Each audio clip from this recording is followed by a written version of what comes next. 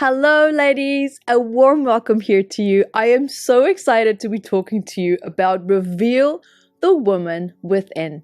Ladies, this is a healing retreat that I have been running for many years.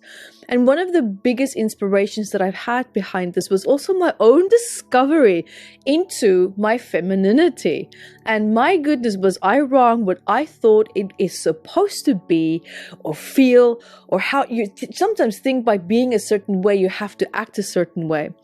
That's where I realized why I felt so incongruent and so imbalanced within myself. It constantly felt like this tug of war of not feeling like I should be like this, but no, this is what's expected of me, or no, this is how society should see, what women are like. It raised tremendous questions and a lot of problems within myself, to the point where it almost affected my mental health, as well as my identity and my relationship with myself.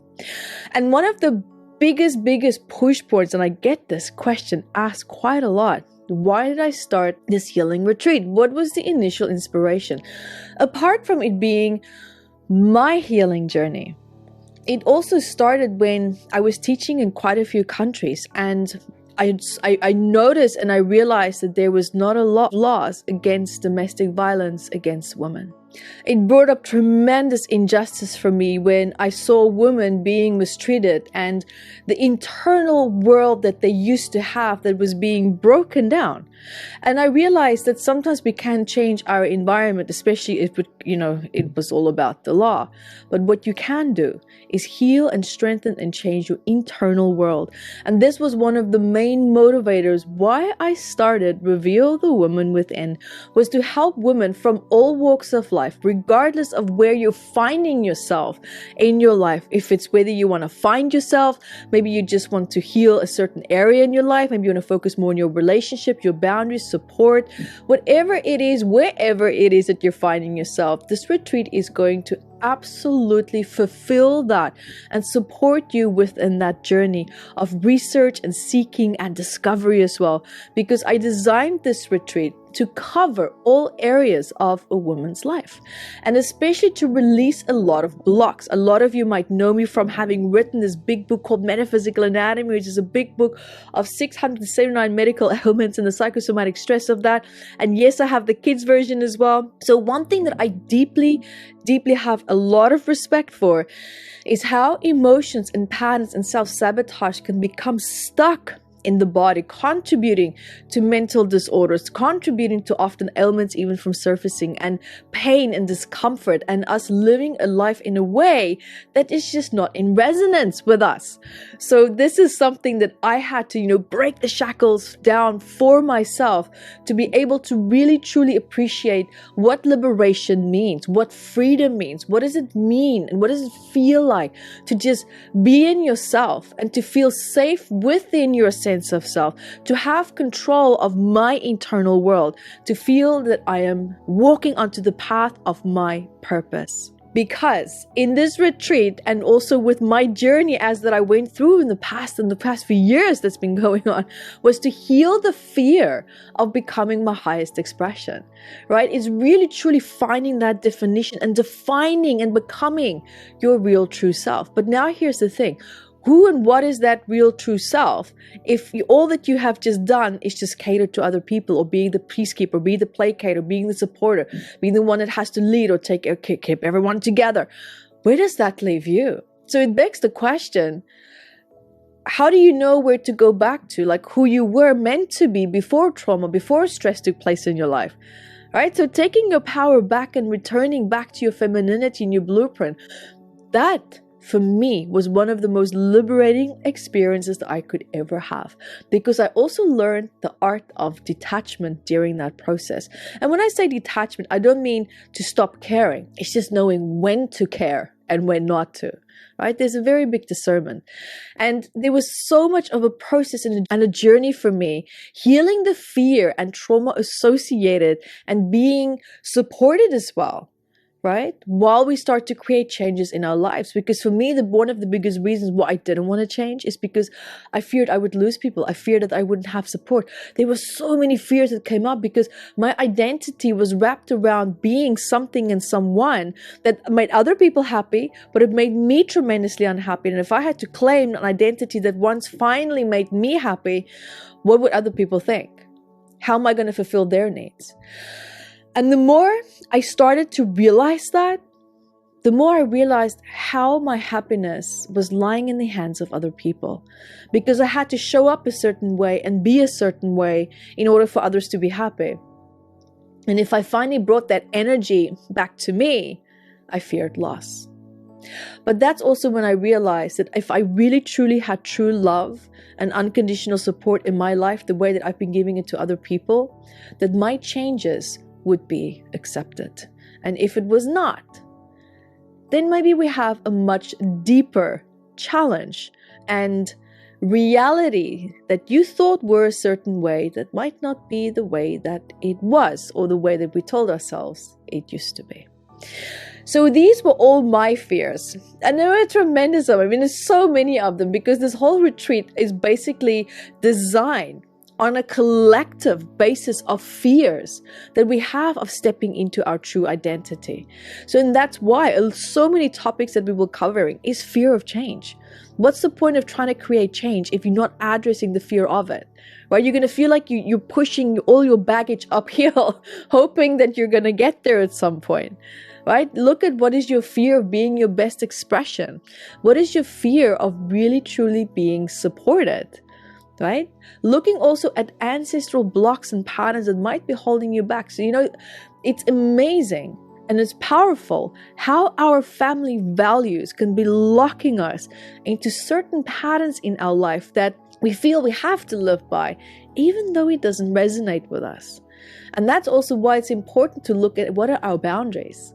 Right? We're all heading for comfort. We all want safety. Of course, we all want stability and freedom and being able to say no without, triggering a confrontation. Now, our emotional states and our past experiences with saying no tremendously influences our ability to easily and powerfully and gracefully say no. Right? Whether it's saying no to a woman or to a man, a family member, or authority figures in our life. So there was a very big turnaround point for me as well. We'll be looking also at healing your boundary failures with parents, because that's kind of where it all starts, right? And then how do we have boundaries with other women? How do we have boundaries with men? And how do we have boundaries with ourselves as well? A lot of people think it's always just about boundaries with other people. No. This is also about boundaries that you have with yourself, because if you can't be disciplined with your own boundaries and respect your boundaries and your threshold, how are you going to express it to the rest of the world? So it always starts within. And I always blamed other people, but I didn't realize that the power was actually right here with me, and how I responded and how I reacted as well. And that's why, because it's also about how we identify with ourselves and how we identify with how other people see us. And that's why it's so tremendously important to also look at healing our identity as a woman, as a mother, as a friend, and as a partner as well. Because here we're going to be looking at climbing out of that box, right? That you might have been pushed into during your childhood, and maybe patterns and expectations that were projected onto you from a very, very early age. So here we're going to be looking at also finding yourself, your identity as a woman in society, as a female, as a friend, as a wife, as a partner, right? So also, how do your ancestral females, how do they relate to being a woman? I mean, we have advanced so much in today's society, but I also see how many women still carry outdated values and beliefs into a modern society, and it's causing a lot of pain, a lot of discomfort, and a defragmentation of the sense of self. So we're looking at resolving blocks related to self-acceptance, reclaiming our power as a woman, reclaiming our innocence, right? Healing and letting go of old relationship that just doesn't serve us anymore.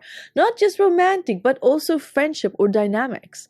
We'll be looking at communication, because communication is what makes the world go around. If you have communication blocks, all areas of your life is going to suffer, right? So we're looking at all these points of communication and also understanding what is your communication style, what is your definition of expressing yourself. And communication also has a very big connection in relation to our connection with ourselves, our relationship with ourselves as well. But relationships extends also far and beyond ourselves. It also will be looking at, in this case, healing our relationship with the mother, the father, ex-partners, disconnect from them, and also reclaiming back our power, our innocence, and also learning how to love ourselves again. That for me was huge, right? Reclaim also your soul fragments, bringing the sexy back, and also healing judgment and criticism that you have had towards yourself, and also looking at what are your associations with love, right? Giving love, receiving love. What is your associations with your sexuality? And then also to top it all off, and on one of the days, most likely at the end of the day, we'll see how we go, there will be a blessing in a temple day as well, where we'll have a wonderful shaman that I've been working with for many, many, many years, that really represents a beautiful, safe, masculine figure to come in to help with healing work as well, and to also cleanse and to like reset that karmic button, reset that ancestral inherited patterns and trauma, and also to help you to really fully integrate everything and all the hard work that you have done over the past few days. So it is going to be absolutely magical. And I mean, what better place to heal than on a tropical island? Who wouldn't love that? I mean, I even live on one. That's how much I love it. So I would love for you to come and join me, come connect with me, come heal with me in a very beautiful, sacred and calm space, and a supportive space where you are going to be surrounded by other women who feel and think and has a certain level of resonance to certain pain points. So how powerful is it to be amongst people where you will feel understood, heard, and seen? Thank you for your love, your time, and your energy, and thank you for being here with me. And I love you for just being you, being the woman that you are. And if you wish to join me on this retreat, come and dive into this, explore your sense of self and your identity, and go back home a different person in such a powerful and positive way. Thank you for being here with me. Until next time.